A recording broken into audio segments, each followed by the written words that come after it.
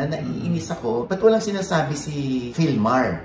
Ba't hindi niya dinidepensa si Fern? Eh dito syempre baka pag dinidepensa, lalo magagalit si Andy. Ayan tuloy, nagparinig si Judy Ann Santos. Carla Estrada, niresba ka ng binugbog na jowa ng ex-boyfriend niyang si Jam Ignacio. Ang ginawa nga nitong si Carla dahil sinabihang magnanakaw ng jokes, Alex Calleja, magsasampa nga ba ng cyber libel case? Gusto ko lang kunin ang reaction mo sa video. Ha? Ano video? Nahuli kayo. Ha? Ni Mark Heras sa Okada. Paakit kayo ng hotel room. Ano ba yun? So tatanong ng mga ka-update niya, siya ba yun? Oo, siya yun. Kayo po ba yun, si Jojo? Ito na ang latest, kaya tumutok ka na, dali. Ito na nga! Ito na ang mga marites, kaya ichika mo na, dali. Ito na ang latest! La la la la la la, ichika mo na, dali. Ito na ang latest! La la la la la la, ichika mo na, dali. Ito na ang latest! Hello mga ka-update! Ito po ang inyong mga lingkod. Ito po si Mama Noy! Si Jota Poco! At ito naman po si Papa O, si OG Diaz. Ano pa nga ba? Ang lagi niyong inihilig sa amin. Ay! Ichika mo na! La la la la la la la la, ichichika na namin dali.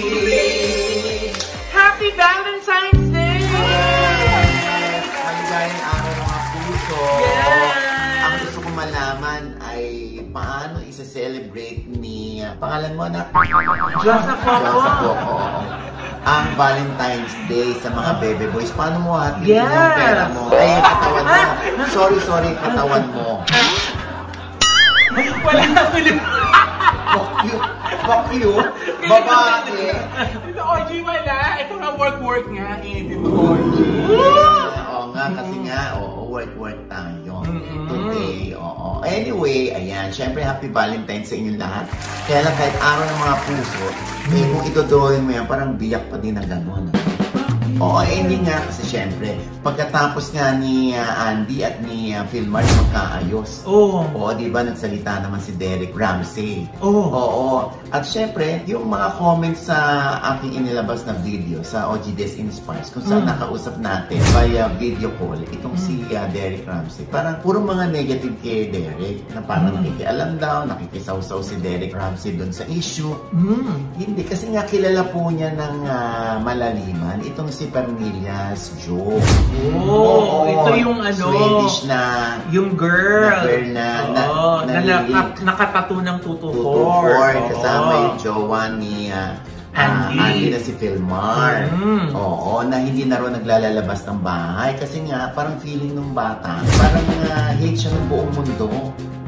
Oo, kaya rin hindi nagsasalita yung si Fern dahil nga nag-deactivate siya, hindi ba? Kasi ayaw niya makakita ng mga kasi nga, sabi ni Derek din, na kung kilala niyo lang si Fern, sobrang lalim makipagkaibigan. Lalo na at dayo raw itong kausap ko sa phone si Derek Sabi niya, dayo si Fern. Siyempre, makikipagkaibigan yan sa mga Pilipino kasi minahal niya na yung Siargao, minahal niya na yung mga Pilipino. May negosyo siya doon sa Siargao.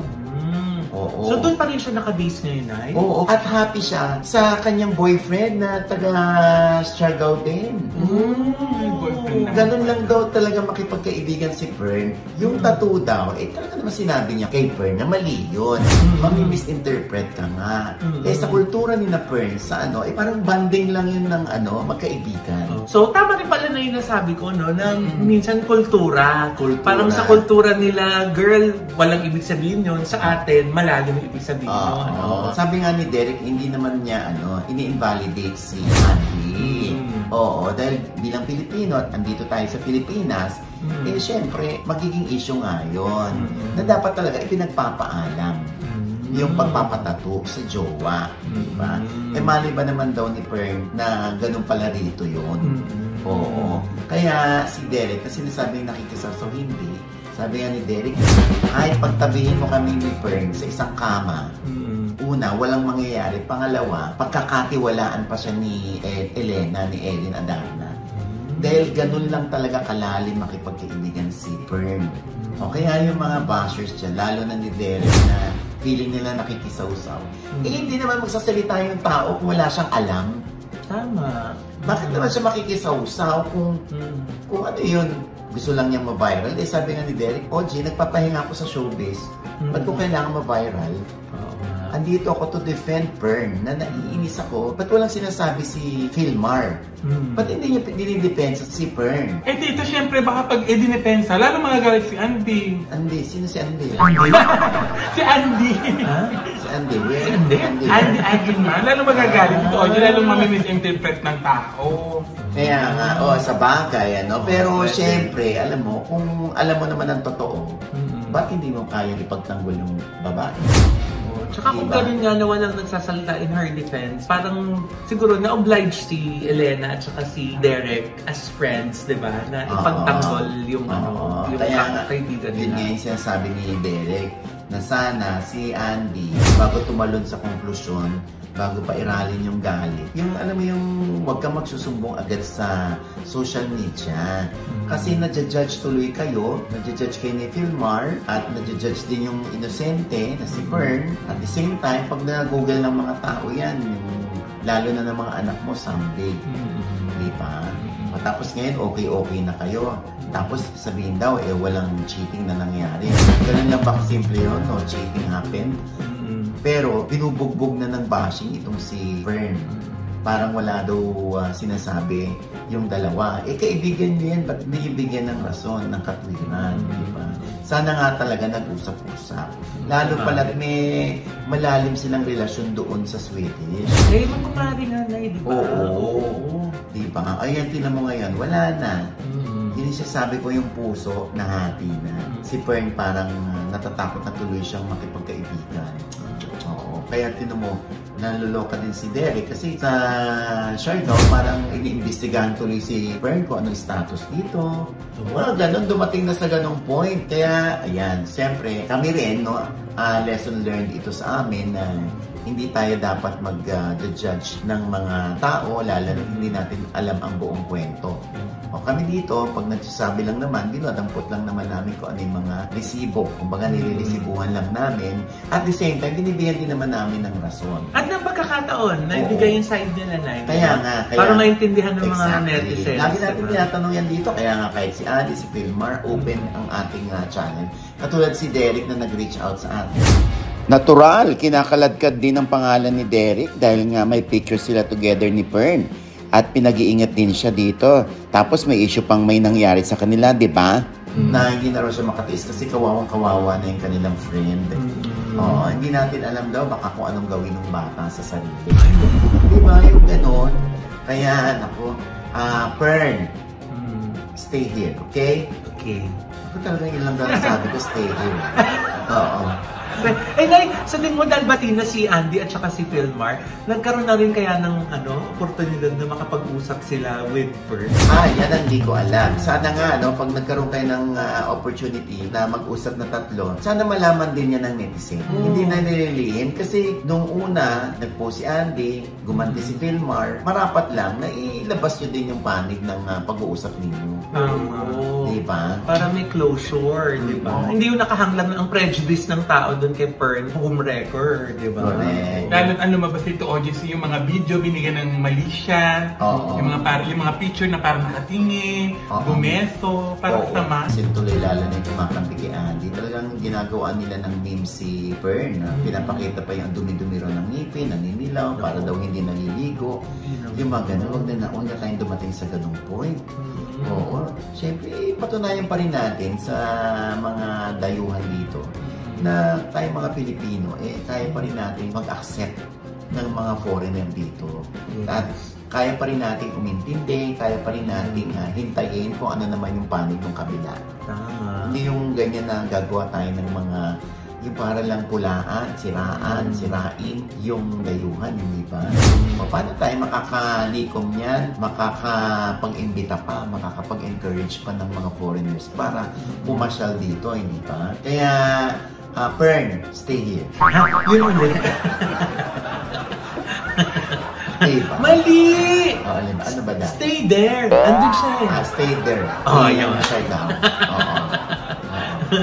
Anyway, nagtatawanan tayo, pero Diyos ko, grabe yung bumulaga sa atin sa FB, no? Ay, ano yun? Si Jelly Out. Ay! Na talagang, Diyos ko, bugbog sarado yung mukha. Hindi ko alam kung kinamay siya o sinelphone siya ng ganun.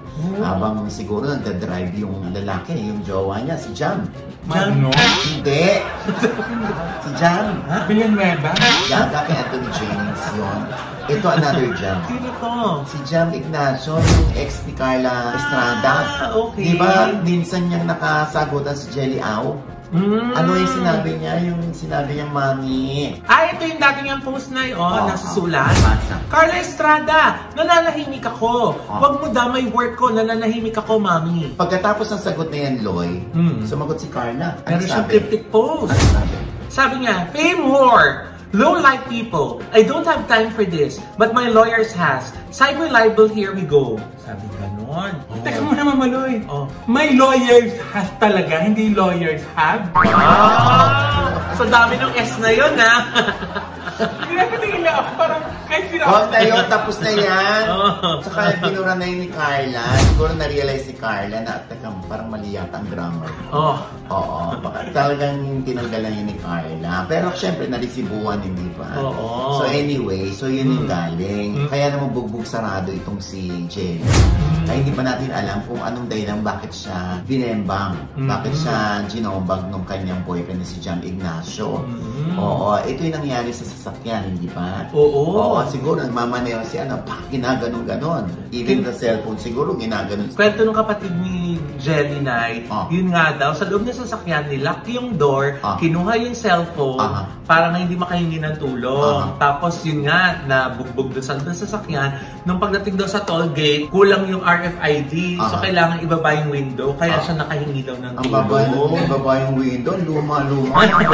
Pwede ba gano'n? Pinimin nga ba? Ano ulit? Kasi binababa ang gano'n yung... Oo nga. mumurahin yung kotse. Sorry kasi wala akong slow. Dali o tapos. So pinindot na gano'n, bumaba yung window. Buti nakahingi ng tulong. Yes. Oo, ayan. So, nagpa-medical legal na itong si Jelly. At ito na nga ang latest. Eto na nga, hanggang ngayon ay wala pa ring pahayag si Jam Ignacio tungkol sa issue at tila at large ito. Pero ipinablatter na rin ito ni Jelly kasabay ng pagpapa-medical legal.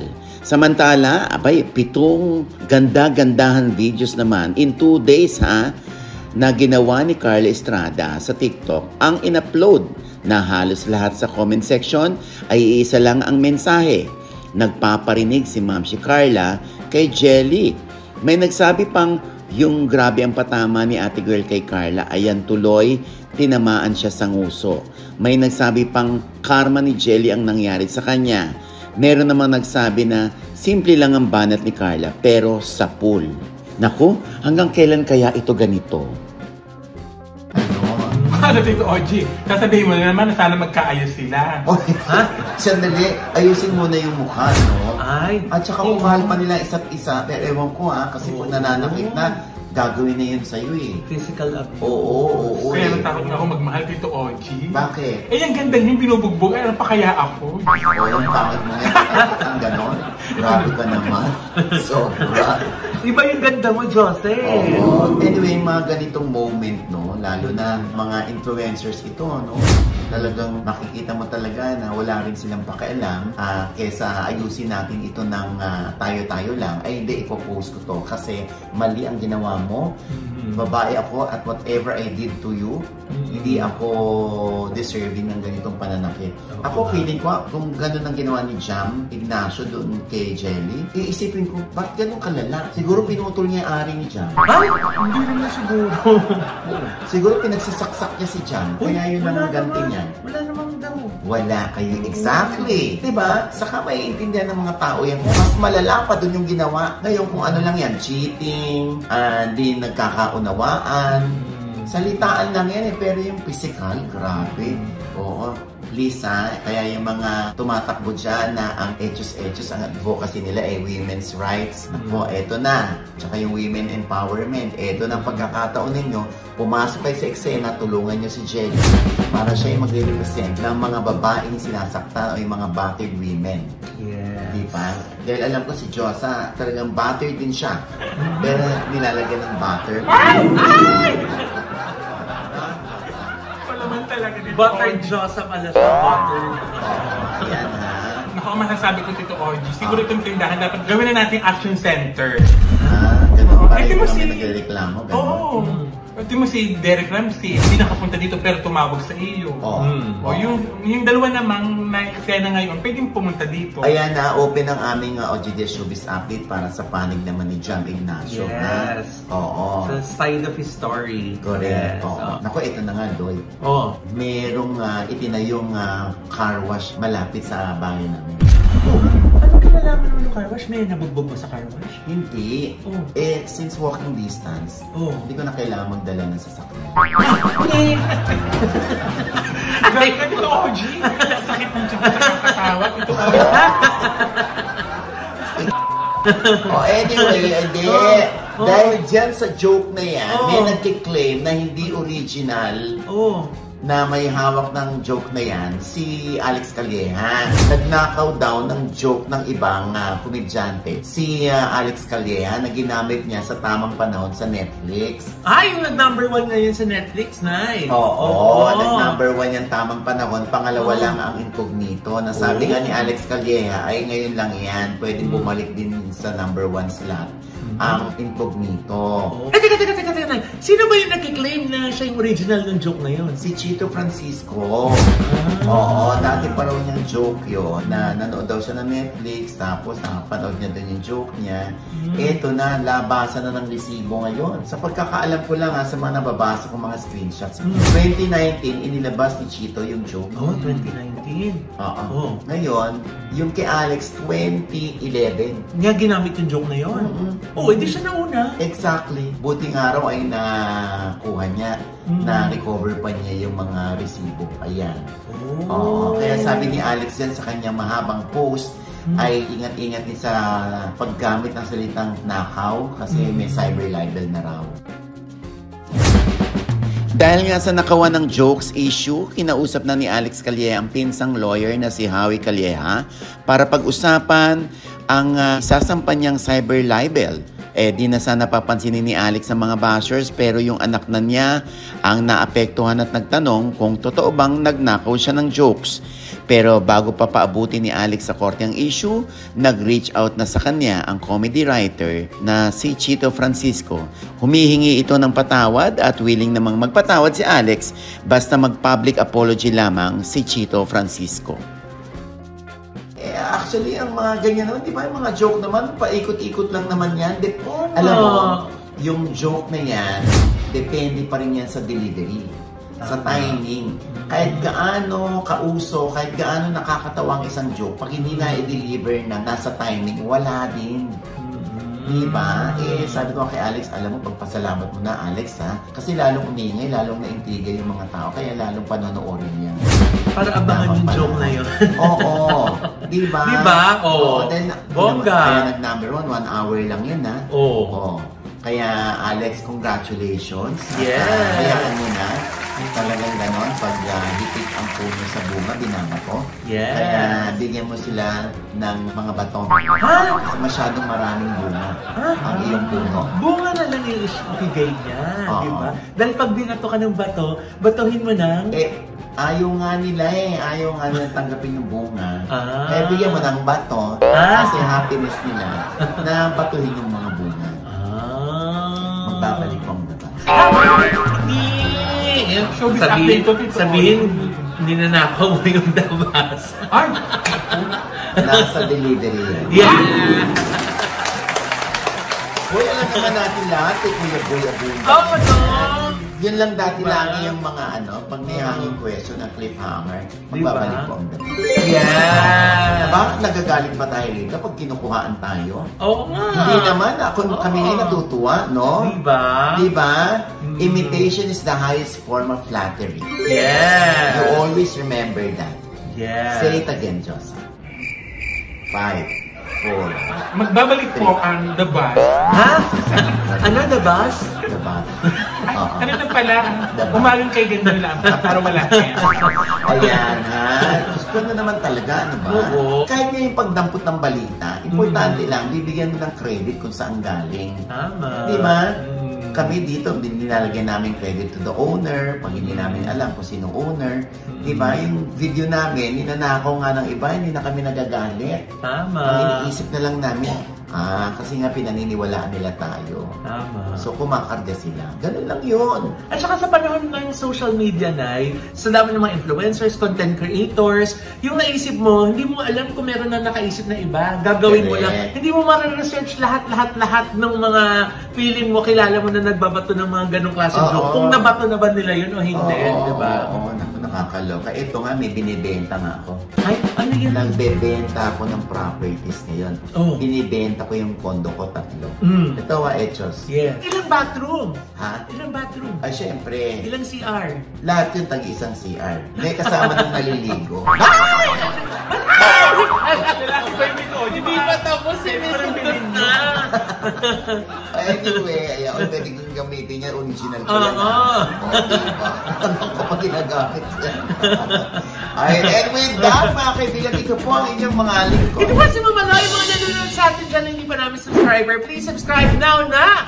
Click nyo lang po yung subscribe button na nandyan sa ibaba. At kung naiintindihan po yung aming episode niya at meron kayong komento sa lahat ng aming chika, comment below, click like button. Huwag kalimutan na click ang notification bell! Pag-click niya, kayo muna naman na-notify na meron kami latest update. Yes! Siyempre pang kanya-kanya naming channel. Yes! Sana manood at mag-subscribe po kayo sa channel ko. That's Mama Loy, M-A-N-A-L-O-I. May bago po tayong vlog dyan, yung part 2 ng aming Vietnam adventure. Yes! Kasama, of course, ang Trajet. And speaking of Trajet 9, ako, ito yung isa sa ating napakagandang nangyari sa pagkakakilala sa Trajet dahil nakilala natin siya sa South Korea. Oo, syempre. Yeah. Tawagin na natin ating bisita from Korea. Talaga nag-aaral siya ng magtagalog. Yes, because she loves the Filipinos. She loves the Filipinos in the Philippines. Yes. Miss Jenny! Yes, Jenny! Jenny Trajet! Ayan, diba? Ito napakabait namin kaibigan from Korea. She was our tour guide na nag-Korea kami. And ang galing niya sa Tagalog, marunong siya mag-Tagalog. Batiin mo sila, Jenny. Greet them. In Tagalog. Tagalog, walang jowa. Wait, Jenny. Mas Valentine's, walang jowa. Wala pa rin jowa. Kamusta? Kumusta? Yeah. Wala mo, hanggang ngayon, ang lagi niya nakabisado ay walang jowa. jowa. Kasi wala pa nga siyang jowa. Yeah. Pero ito napakabait, napakasipag, napaka-warm, maasikaso. Diyos ko, lahat na. Pag wala kang charger, meron siyang power bank. Pag hindi naaayon yung saksakan mo, yung adapter, meron siya. Lahat kompleto siya. Pag wala kang jowa, wala rin siyang jowa. Sasamahan ka niya. That's Jenny. We love you, Jenny. We miss you. May nagtapos dito, Ojan, namin katulad sa akin kung sino daw yung ating travel agency. And yun po yung Trajet. At kapag po nagpunta kayo, mamimit yun po si Jenny. Pag Korea. Pag Korea. Bukas maghahatid siya ng mga ng mga bakasyonista. Yes. Mga turista sa Korea. Thank you, Jen, ha? Thank you, Jen. Oh, we love you, Jen. Salamat, Jen. We love you. Ayan. Oo, ayan. At syempre pa ang aking panayam pa rin kay Derek Ramsey. Ang kanyang matapang, maanghang, at ang kanyang pagdepensa kay Pernillas Jew. O yung Swedish na nalilink o inililink kay Philmar, yung jowa ni Andy. At yan po sa OG Diaz Inspires. At syempre maraming salamat sa Acropora Beach Resort sa Cebu. Miss Tassie. Naku, ang daming nagbubook na dyan. Nalaman nila from us na abang ganda-ganda pala dyan. Pag-aari nyo na. Oo, Yes. yung beachfront. Tapos merong panduyan siya, merong balsa, merong jet ski. Yes. Sarili nyong kada villa, merong sarili-sarili kayong mga jacuzzi. Yes. Meron pa kayong peacock na makikita sa umaga. Mm. Oo, Kasi at bumabilan nila. oo, grabe, bugambila nila lahat. Yes. Very greenery, ika nga. At Nay, kung gusto na makita yung yung tour ng resort, nandyan po sa vlog ko din po, nandyan po yung aming bakasyon dyan. Correct. Oo. Oo, ha? Ayan. At syempre pang MD Skin Beauty and Wellness, maraming salamat. Oo, sa aming kagandahan. Yes. Tulot nyo. Oo. Oo. At syempre pa, Gorgeous Smile Dental Clinic. Ayan. Oo. Yes. Diba? Oo, sa aming mga ngipin. Yes. Thank you so much, Gorgeous. Yes. At syempre pa, Dr. Jessica D. ng Ideal Vision for our eyewear. Correct. At syempre, bukas na, February 15 ang concert. Ang show ni J Heart Music sa District 1 BGC. Yan! Ito po, para sa inyong ticket, 1,000 lang naman. Yan Ano na, ba naman? di ba? Kung di po kayo nakapag-date ngayong gabi dahil punong-puno ang mga restaurants, ayan, bukas pwede naman umabol. Ayan. At syempre pa, ito pa rin po yung lingkod, Papa o si Conji Diaz, lagi nagsasabi at nagpapaalala sa inyo na tuwing gigising po tayo tuwing umaga, huwag na huwag po tayong makakalimot. Magpasalamat sa Panginoon dahil tayo kanyang ginising. Ibig sabihin, may mission pa rin po tayo sa buhay. Sabay sabing, every kissing is a blessing! At ano pa nga ba ang lagi niyong inihilig sa amin? Isika mo na! Ano kailangan? Ano nga? Sabihin mo na. Wala kang gayon. Sana may papakilala pa naman ako sa yung mga guwapong baby boy. Ikaw naman. Hindi na mabiro. Meron ako noon. Meron ako dito. Nakabila. Sino ka doon? Ikaw na ka na mabiro. Hoy! Diyosa! Hindi mo makilala yan? Hindi ko makilala. Kung mayaman lang. Kaibigan ko yan. Ay, wala. Singer yan. Singer, oo. Binibiro ka lang. Ang ganda kaya ng araw ko ngayon. Alam ko, masok ko TV. Plastic ka ni Jojo. Kilala ko yan. Kilala mo ba yan? Nakakaloka ka. The Revival King yan. Si Jojo Mendrez.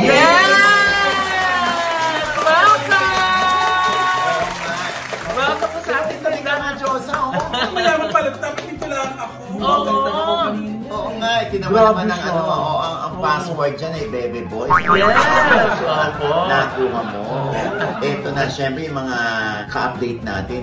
Sasabihin, sino yan? Yung iba, makikilala na siya. Yung iba, lalo na yung mga Gen Z, hindi siya kilala. O siya nga yung Revival King, si Jojo Mendrez. Yes! Welcome po! Ayan, oy Jo! Tagal ko ng kaibigan to. Actually, hindi siya kaibigan ko, yung ate niya. Yung sister niya, si Gigi. Ayun, cute naman ang name sila, Gigi, Jojo. Tsaka yung mga pamangkin na mong puro gwapo. Ay! Ayun naman pala. Baka yun ang ipapakilala kay Josa. Kaya nga. Gagapulis ang tatay ko. Ayun. Pwede. Ito na lang din.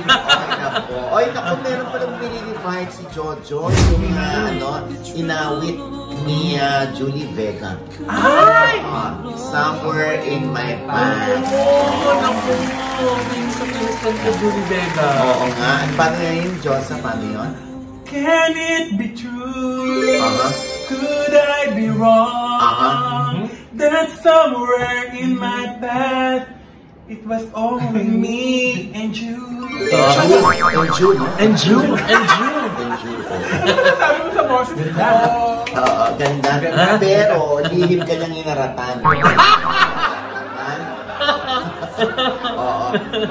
Ganyan, Josa, Oo, mali! Pakinggan mo si Jojo. Ito na, Can it be true? Could I be wrong? That somewhere in my past I fell in love with you. Medyo umaalon-alon, ganon. Umi-staccato, ganon. Pero yung boses ko mas pang-cover. Cover? Cover ng tape. Ang ganda. Parang ako nung marinig ko yung boses niya. O hindi, actually yung iba na ano pa, alam mo ba, yung awitin na yan, si Ate Guy, naiyak pa. Oh! Si Maricel Soriano muntik maiyak. Ayan diba? Talagang ninanamnam ni Ate Guy yung awitin na yan. Yung tinig ni Jojo, dahil alam naman natin, singer si Ate Guy, mas na-appreciate niya yung mga boses pag naririnig niya, no? Si Maricel din ganon. Sino po ba yung mga nag-video react dyan? Janice de Belen. Janice de Belen. Glodine Barreto. At saka maraming pang artist na nag-support. Kaya since nag-video react na sila dyan, gusto ko lang kunin ang reaction mo sa video. Nahuli kayo ni Mark Heras sa Okada. Paakit kayo ng hotel room. Ano ba yun? So tatanong ng mga ka-update niya, siya ba yun? Oo, siya yun. Kayo po ba yun, si Jojo? Yun kasi ang lumabas sa social media. Kaya nga medyo nawindang ako nung araw na biglang pag-open ko ng phone ko, puro ako tsaka si Mark ang laman. Oo. Yun, wala namang Mamaogs, hindi totoo yung chismis. Walang mali siya. Wala yung mali siya kasi nagkameron lang ng collaboration sa Okada. At yun. Bakit sa Okada of all places? Bakit dun sa may hotel room? Kaya nga yung mga bakla nag-aano, ay, ang tari naman niya, kadate niya si Mark Heras. Oo. Yung managers ko, doon naka-check-in, nagkataon. So, kung kukunan sana siya ng video reaction sa Starbucks, may madaming tao. Kaya sabi ng managers ko, doon na lang sa room. Okay. So doon kami nakuna, nung naglalakad kami. Video reaction para doon sa awiting Somewhere in My Past. Somewhere in My Past. So katulad din ng mga ginawa nila Ate Guy, nila Claudine, ganun din lang yung gagawin dapat ni Mark. So lumabas na ba yun? Yung video reaction? Hindi na nilabas ng management. Bakit? Kasi yun nga, tuloy-tuloy yung yung issue. Puro bashing. Nag-judge na lahat ng mga tao, nakaka-anood. Hindi mo na ma-explain. So, syempre, pag nilabas mo yun, lalo magkakameron pa ng ng intriga. Di ba? Ako pag paniniwala ko, yung pag nilabas yan, maniniwala yung mga tao, collab lang pala talaga. Kasi meron talagang material na, may shooting na naganap. Yung ganyan na hindi inilabas. Siyempre magkakaisip yung mga tao, ay, parang something fishy is going on. Parang ganun sila, di ba? Pero in fairness, nilinaw naman ito ni Mark Heras sa atin. Yes. Na talagang siya ay kinumission lang para sa video reaction o sa collaboration with Jojo Mendrez. Yun. Di ba? Yung issue magkatabi kayo sa slot machine ba yun? Nagkayayaan na mag-play sa after the shoot. After the shoot, nagkayayaan. Nangyari, maraming tao na nagpipicture, which is bawal naman sa casino. Magkalapit kami nung time na yun. So, hindi namin alam kung sino yung nagpipicture at nag-upload nung photos na yun. Malicious. Kung bakit nakarating kay Sian Gasa. Malicious kasi yung pagkaka-picture, parang may kulay pag titingnan mo. Lalo pa naman yan si Mark Heras trending sa pagsasayaw. Oo nga, kasi iniisip nila, ay baka client ni Mark ito sa Apollo nung nagsayaw siya. May ganun na. Yes. Napapagdugtong-dugtong. Anyway, hindi lang itong since Revival King ka, ano pa yung iba mo pang songs na inawit noon? Kinover? Ako yung pinaka-first Mamaogs na nag-remake nung Tuyo ng Damdamin ng Apo Hiking. Apo Hiking Society. Ano ang tono nun? Minsan kahit napilitin mong umilit ang damdamin, di siya susunod at di maglalambing. Ay, Tuyo ng Damdamin. Ako first yung nag-remake nun. Oo. Ano pa? Then yung Handog, doon ako nanalo sa PMPC, Star Handog. Wars for Music, ng Revival Song of the Year, yung song ng Ano kaya handong? Parang kailan lang Ay, ang yung mga talan pangarap ko'y kahirap abutin. Pwede siya muna? Hindi ko manamnam yung boses. SS kasi. ISS. Basta. Video. Parang kailan lang ang mga pangarap ko'y kahirap abutin. Dahil sa inyo, Napunta ako sa aking nais parating. Nais ko kayong pasalamatan, kahit man lamang isang awitin. Yan yung mga, ayun ang awit ko yung ano, yung awards na, tsaka diba, tribute. So, ito na ang tanong nila. Sino ba si Jojo Mandres? Bakit powerful siya? Bakit siya, ano ba success story niya? What's the story behind your success? Mahirap na kami ng Mama Ogs noon. Nakatira kami sa Lucena, nangungupahan kami sa maliit na bahay. Nagbibilad kami ng tingting, kami magkakapatid. Si Gigi, kuya ko si Joey, ako. Yun ay kapag umuulan, nakabilad ang tingting sa kali. Tingting? Yung walis tingting. Negosyo nyo? Yung ginagawa ng mga upuan. Okay. Pinabanda, binibilang namin yun ng bundle na tigo 100 pieces. Pinapagpag namin yun. Umuulan, alasin namin sa kalye. Ganun ang buhay namin, napakahirap. Parang hindi ko ma-imagine na dadating ako sa point na mababago ng Panginoon yung buhay namin. Ang hirap balikan ng isipan ko na ganun yung pinagdaanan namin buhay. So paano ka naging successful? Sa mga ang unang mong jackpot mo? Real estate. BFF! Pasensya ka na kanina. Inis ka buko kanina. Oo nga. Binibida ako ng nicknames. Oo nga. Maraming blessings ang Panginoon. Yes. Importante maka-inspire tayo sa mga oras na kahit mahirap ka, huwag kang mawawala ng pag-asa.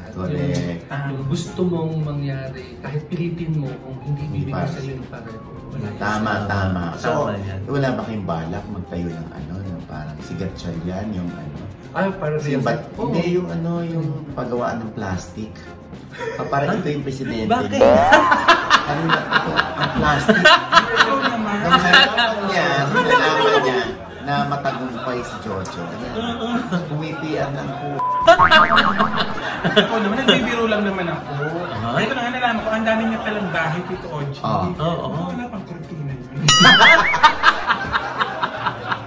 So, muli ang invitation mo at saan nila maririnig ang Somewhere in My Past. Yes. Siyempre, kailangan nila na specific na, yung title lang ba itatype nila sa Spotify para marinig yung iyong cover?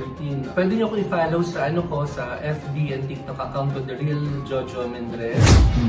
Then, ang Somewhere in My Past will be released by Star Music. Wow! And meron akong first original song ko composed by Jonathan Manalo. Wow! Star Music rin yun. Part ito nung album na gagawin na kasama yung Somewhere in My Past. Ay, galing. And there's another song, yung Aking Pagmamahal, another remake. So, dire-diretso yung Mama Ogs will be shooting the music video. We are preparing for the second major concert.